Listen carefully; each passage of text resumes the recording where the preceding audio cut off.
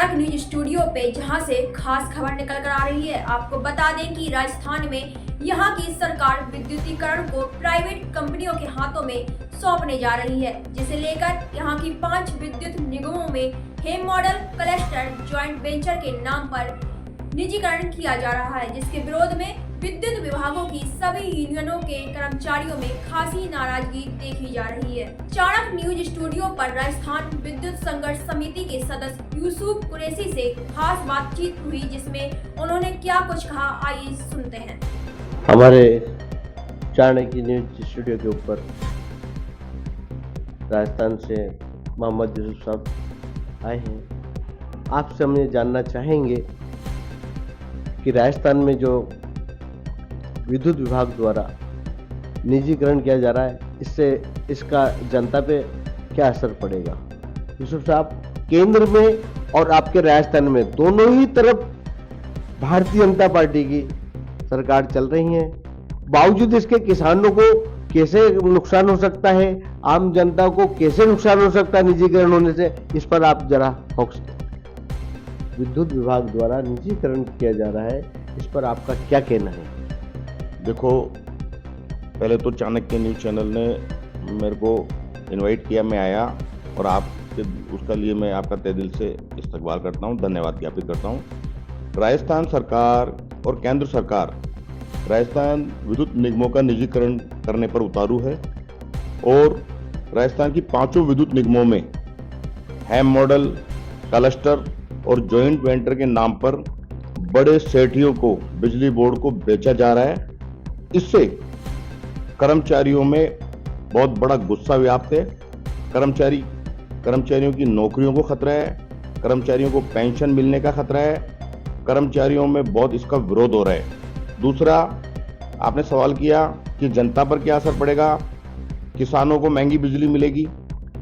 राजस्थान के किसानों को जो 2000 यूनिट फ्री अशोक गहलोत पिछली सरकार में दे गए, वो नहीं मिल पाएंगे।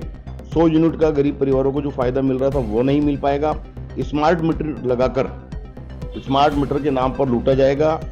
जो नई कंपनियां, निजी बानिया कंपनियां आ रही हैं, बड़े बड़े सेठियों की कंपनियां जो यहाँ आ रही हैं, उससे जनता का कोई फायदा होने नहीं जा रहा है, जनता का उससे नुकसान होने जा रहा है। इसका संयुक्त संघर्ष समिति, जो राजस्थान की संयुक्त संघर्ष समिति है, उसमें हमारे जितने भी 15 संगठन है, 16 संगठन है, जितने भी संगठन है, अभियंता भी हमारे साथ हैं, अधिकारी भी हैं, कर्मचारी भी हैं, जूनियर इंजीनियर्स भी हैं, सभी लोग हमारा साथ दे रहे हैं। और हम संयुक्त संघर्ष समिति अभी हमने 3-4 ज्ञापन भी दे दिए हैं सरकार को, मगर सरकार निजीकरण करने पे उतारू है। हमने इस कड़ी में 3 बार हमने मुख्यमंत्री के नाम ज्ञापन दिया है। अब हम 16 दिसंबर को तीनों निगम मुख्यालय, यानी डिस्कॉम जो हमारे निगम है, उनके मुख्यालय जयपुर, जोधपुर, अजमेर पर एक बहुत बड़ा प्रदर्शन कर ज्ञापन देंगे मुख्यमंत्री के नाम। उसके बाद भी अगर ये नहीं रोकते हैं तो हम बड़े लेवल पर 23 तारीख के बाद एक बड़ा आंदोलन छेड़ने के लिए तैयार होंगे। या तो सरकार उससे पहले मान जाती है, नहीं तो सरकार को इसकी हम आंदोलन की चेतावनी देते हैं कि सरकार निजीकरण की कार्यवाही को बंद करे, 50,000 भर्तियां खोले जिससे नए रोजगार मिले।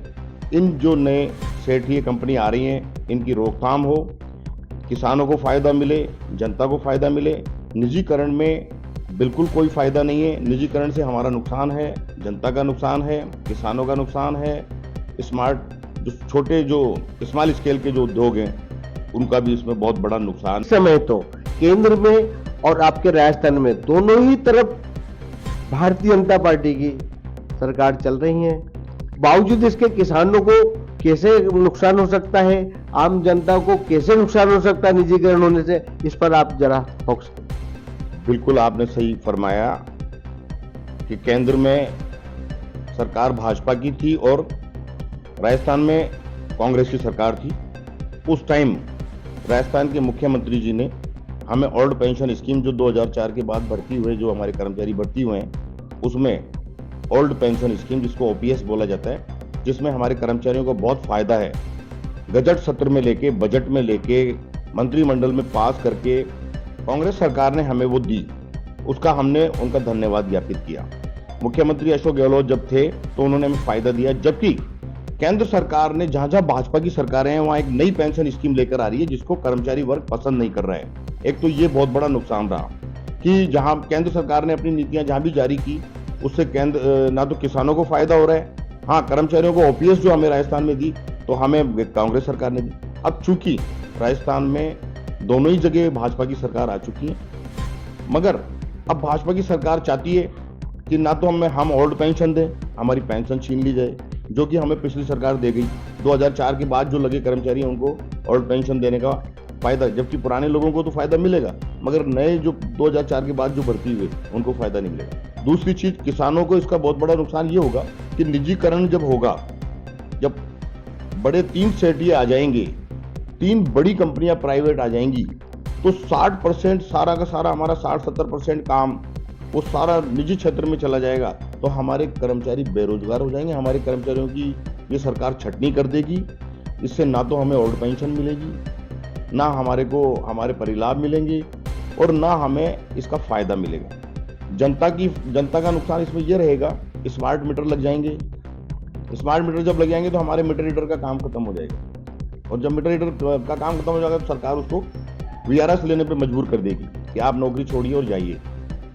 तो और किसानों को नुकसान ये होगा कि जो पिछली सरकार 2000 यूनिट का फायदा देके गई है, फ्री में 2000 यूनिट और 100 यूनिट गरीब परिवारों को, प्रत्येक गरीब परिवार को, वो अब नई सरकार नहीं देगी। जब नई सरकार के पास कोई बचेगा ही नहीं, कुछ बचेगा नहीं, तो प्राइवेट कंपनियां उनको कैसे फायदा देगी। तो इससे क्या है, जनता का भी नुकसान है, किसानों का भी नुकसान है, लघु उद्योगों का भी नुकसान है। और इसी कड़ी में इसीलिए हमने जब ये पहले भी इन्होंने छोटे छोटे प्राइवेटाइजेशन किए, कोटा को दिया इन्होंने, कोटा शहर को दिया, भरतपुर शहर को दिया, वहां कोई प्राइवेटाइजेशन का फायदा नहीं मिला, बजाय जनता को उसका नुकसान झेलना पड़ा। तो अब हमने राजस्थान विद्युत संयुक्त संघर्ष समिति बनाकर राजस्थान की जितने भी संगठन है, जितनी भी यूनियन है, अभियंता और अधिकारी वर्ग ने संयुक्त संघर्ष समिति बनाकर इसका विरोध चालू कर दिया है। कई बार इसका ज्ञापन हमने सौंपा है, बड़े लेवल पर हम इसका ज्ञापन हम दे चुके हैं। अब हम आगामी 16 दिसंबर को जयपुर, जोधपुर, अजमेर मुख्यालय नगर जो हमारे डिस्कॉम्स के हैं उन पर बहुत बड़ा प्रदर्शन करके ज्ञापन दे रहे हैं। सरकार या तो इसको वापस ले और उसके बाद भी अगर सरकार नहीं मानती है तो 23 दिसंबर को हम फिर हमारा आंदोलन को तेज करेंगे। हम सरकार से मांग करते हैं, राजस्थान विद्युत संयुक्त संघर्ष समिति सरकार से मांग करती है कि इसको जनहित में, कर्मचारी हित में और किसानों के हित में इसको जल्द से जल्द रोका जाना चाहिए। कुरैशी साहब, आपने बहुत महत्वपूर्ण बातें बताई हैं। इस निजीकरण के संबंध में एक चीज आपसे जानना चाहेंगे कि फिलहाल अभी किसानों को कितनी बिजली मुफ्त, कितने यूनिट पे दी जा रही है सरकार द्वारा, इस पर आप थोड़ा बताएं। राजस्थान में अभी की सरकार नहीं, राजस्थान में जो पिछली सरकार थी, अशोक गहलोत जी की कांग्रेस की सरकार ने 2000 यूनिट मुफ्त बिजली दिए, जिसका किसानों को भरपूर फायदा हो रहा है। किसान खुश थे, किसान खुश हैं और जनता को 100 यूनिट बिजली फ्री दी जा रही है। हर घर पर 100 यूनिट बिजली फ्री जा रही है। उसके बाद भी टैरिफ कम है, बिजली की रेट कम है। जैसे ही प्राइवेट कंपनियां आएंगी ना तो वो मुफ्त में बिजली मिलेंगी, वो अपनी टैरिफ लगाएंगी। हो सकता है 15-15, 20-20 रुपए यूनिट बिजली मिले और इसका नुकसान जनता को भुगतना पड़ेगा। हमारे दर्शक आपसे ये भी जानना चाहेंगे और हम भी जानना चाहेंगे, क्या आपके संज्ञान में या सरकार द्वारा ऐसा कोई बात बताई गई है कि 3 जो निजीकरण के लिए कंपनी आ रही हैं उनके क्या नाम है, कुछ बता सकते हैं इस विषय में आप? एक्चुअल में हैम मॉडल लाया जा रहा है, जो कि राजस्थान की डिस्कॉम्स जो कंपनी, वितरण कंपनी है, उसमें हैम मॉडल लागू करके स्मार्ट मीटर लगाए जाएंगे। उसका नुकसान होगा। जॉइंट वेंचर के नाम पर एक कंपनी आ रही है और जॉइंट वेंचर के नाम पे प्रसारण निगम को तहस-नहस करके क्लस्टर एक योजना लाई जा रही है। ये तीनों योजनाओं के नाम पर सरकार ने निजी क्षेत्र को देने का मानस बना लिया है। सरकार कर्मचारियों से बचना चाह रही है, कर्मचारियों को अपने छटनी की ओर ले जा रही है। तो ये तीनों ही जो बड़ी प्रोजेक्ट आ रहे हैं, हैम मॉडल हुआ, क्लस्टर हुआ, जॉइंट वेंचर हुआ, इन तीनों मॉडलों के नाम पर बड़े सेठिए इसमें इन्वॉल्व हैं और वो इसको जब ले लेंगे तो सरकार का रोल खत्म हो जाएगा और कर्मचारी सरकारी मुलाजिम ना रहकर सरकार के अधिकार से बाहर हो जाएंगे। इससे हमें बहुत बड़ा नुकसान होगा। कुरैशी साहब, आपका पूरा नाम जानना चाहेंगे और आप किस पद पर हैं और क्या करते हैं, आप बताइए। आप मैं Mohammad Yusuf Qureshi all Rajasthan electricity employees union का प्रदेश जनरल सेक्रेटरी हूं। अभी हाल में मैं राजस्थान की विद्युत संयुक्त संघर्ष समिति का मेंबर हूं। जितने भी हमारे संगठन हैं अब सभी मिलकर लड़ रहे हैं। अभी कोई यूनियन झंडे वंडे हमने एक जगह रख दिए। अभी हमने राजस्थान विद्युत संयुक्त संघर्ष समिति के नाम से, जिसमें हमारे अभियंता भी शामिल हैं, जिसमें हमारे कर्मचारी भी शामिल हैं, हमारी अकाउंट्स विंग, मंत्रालय, टेक्निकल, जितने भी हमारे कर्मचारी वर्ग है, सभी लोग इसमें शामिल होकर एक सरकार को ज्ञापन दे रहे हैं। हमने कई बार ज्ञापन भी दिया है मगर सरकार के अभी जू नहीं रेंग रही है। हम चाहते हैं, सरकार से मांग करते हैं, आपके इस चैनल के माध्यम से, न्यूज़ चैनल के माध्यम से, मजर साहब, हम तो अब ये कहना चाहते हैं कि सरकार आपके चैनल से इस बात को सुने, इस न्यूज़ चैनल पर जो हम बोल रहे हैं उसको सुने। कर्मचारियों का भी फायदा होगा, किसानों का भी फायदा होगा, जनता का भी फायदा होगा। निजीकरण की रोकथाम की जाए। हाँ, कुछ अच्छी योजनाएं अगर लाती थी सरकार लाए तो उसमें हमें ऐतराज नहीं होता, मगर जब हमने इसकी स्टडी करी तो हमें पता लगा कि ये तो राजस्थान बिजली बोर्ड को बेचने की ओर अग्रसर है, बड़े सेठिया कंपनियों को बेचने की ओर अग्रसर है। राजस्थान कर्मचारियों से अपना पल्ला झाड़ना चाहती है। केंद्र सरकार उसमें इन्वॉल्व है, केंद्र सरकार नीति बना रही है और वो जहां जहां इनकी सरकारें हैं उस नीतियों को लागू करने जा रही है।